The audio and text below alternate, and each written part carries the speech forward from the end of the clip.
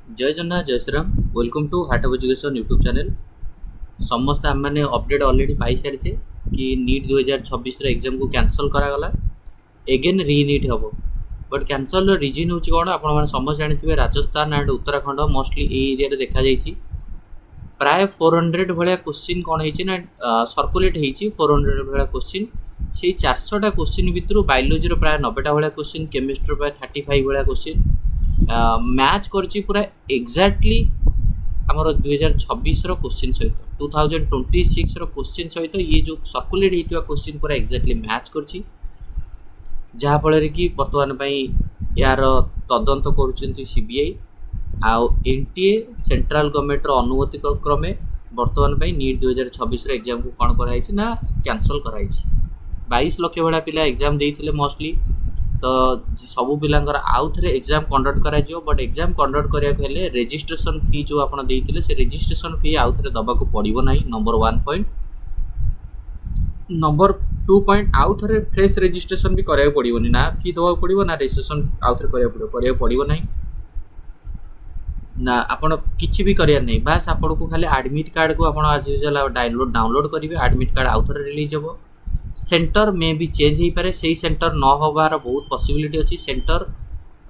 मे भी चेंज हो पारे और न हो भी पारे भी बट पॉसिबिलिटी अधिक अच्छी चेंज होबार एग्जाम केबे होबार एक्सपेक्टेड डेट कौन रोचे केबे एक्सपेक्ट एग्जाम होवापे तो पिला तो बर्तमान पे पाठ पढ़ा स्टार्ट करदेवे तो देखो धरिकी चलतु मे भी एग्जाम जेहेतु यहाँ मे 12 है तो धरिकी चलतु आपणकर 20 रु 30 दिन भितर एग्जाम हो जाए माने आप जून मासर फास्ट वीक धरी पारती जून फास्ट वीक कहले आपण मानकर जेहेतु काउंसलिंग डिले न होबा दरकार कारण आप देखिए 2025 मसीह काउंसलिंग बहुत डिले होता तो 2026 एग्जाम को से जल्दी सारिकी जल्दी रिजल्ट प्रोवाइड कले जमती काउंसलिंग माने I think they will conduct your exam very early to avoid counselling delay counselling टाक आप डिले न होगापी से प्लानिंग भी करुवे कारण जदि एग्जाम को ये डिले करदेव बहुत कम दिन होती 3 तारिख एग्जाम जेहेतु सरी 12 तारिख अनाउंसमेंट कले माने तो गैप भी एत दिन ना तो सहीटा भी गोटे लॉजिक भाभी गले एत दिन जेहेतु गैप ना से भावे कि एत दिन यदि गैप ना तो आम जल्दी एग्जाम कंडक्ट करदे तो जल्दी जल्दी कहले तो जून फास्ट वीक ही हो मे लास्ट वीक तो आप एग्जाम हमार पॉसिबिलिटी ना मिनिमम आपंकर एवं कंडक्ट करने आपंकर एडमिट कार्ड बाहर एडमिट कार्ड डाउनलोड करने 4-5 दिन 6 दिन टाइम दिज्व सिटी पब्लिश हम पुणी आज यूजुअल जो एग्जामिनेशन सिटी पब्लिश हम सेंटर पब्लिश हम तो जहाँ भी है आपंकर जून पर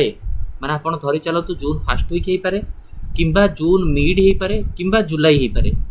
मे लास्ट वीक हबार चांस बहुत कम तो जून फास्ट वीक जदि हम संडे पड़ुछि 7 तारिख मे सेकेंड वीक हम जी संडे पड़ुछि 14 तारिख तो ये भितर एग्जाम में भी हो पारे और जुलाई फास्ट वीक हो पारे जुलाई फास्ट वीक संडे में भी पड़ुछि 5 तारिख तो ये पॉसिबिलिटी माने मो पॉइंट ऑफ व्यूटा कहूँ केते दिन भीतर एग्जाम हम से तो परवर्ती समय जड़ा पड़ो मु बाकी कहूँ माने जल्दी ट्राए माने ट्राए करेंगे कहीं काउंसलिंग डिले हम बोली तो जून फास्ट वीक संडे दिन एग्जाम करेंगे फास्ट वीक कले 7 तारिख पड़ुछि संडे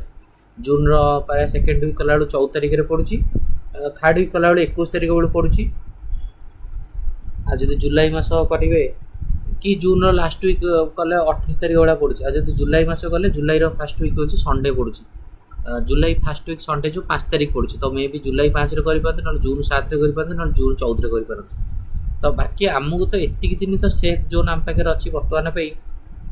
12 तारिख रु आम पाखे अच्छी ना मे मास आज 12 तारिख तो 12 तारिख रु अप टू आम तो बर्तमान 31 तारिख तो ए मास तो टाइम अच्छे ना एबे 18 दिन आमको टाइम अच्छे 18 प्लस दिन तो 20 दिन तो आमको मिनिमम टा टाइम अच्छे ना मिनिमम 20 दिन आउ 7 तारिख दिन एग्जाम है आउ 7 मिनिमम मासे आमको टाइम अच्छे धरिकी चलत मासे मिनिमम पर टाइम अच्छे गोटे भाविकी चलत 30 डेज जब आप धरिकी जावा तो 30 दिन बर्तमान आमर टाइम अच्छे जो 30 दिन भीतर आप प्लान करके ठीक से चाहिए पढ़ी पारे मैंने मैनेज करें कारण ऑलरेडी अनाउंसमेंट होने आम कौन भल हम कौन खराब हम से विषय डिस्कसन कर किसी लाभ नहीं अब जेहेतु रीनीट हम तो सबू पिला लगी पड़े मैंने आम भी लगी पड़ा दरकार आउ से सब जिनस को आम धरिकी बसियानी कौ पिला हाम्पर हम कौन हम से किसी लाभ नहीं एग्जाम समस्ते हम मैंने तुम भी हम तो तुम मैंने भी रेडी हवा दरकार से आउ मैंने किसी कौन है कौन ना से सब जिन मुंड पूरी किसी लाभ नहीं ठीक अच्छे। तो बर्तमान में जेहेतु एग्जाम एक्सपेक्टेड डेट एयर है तो मुझे माने किछटा पॉइंट जमी कहि कौन ना आउ एग्जाम हो माने रिजल्ट सांगे सांगे आसो नुआ करके रिजल्ट पब्लिश करेंगे रैंक आसो सी पछ कथा बुझेगा। तेणुक प्रिपेरेसन स्ट्राटेजी माने तो आउ प्रिपेरेसन तो जेहेतु किसी दिन गोटे बंद कर दी थे तो किसी नहीं मोमेंटम तुम मे भी लॉस होते पारे many student loss momentum basically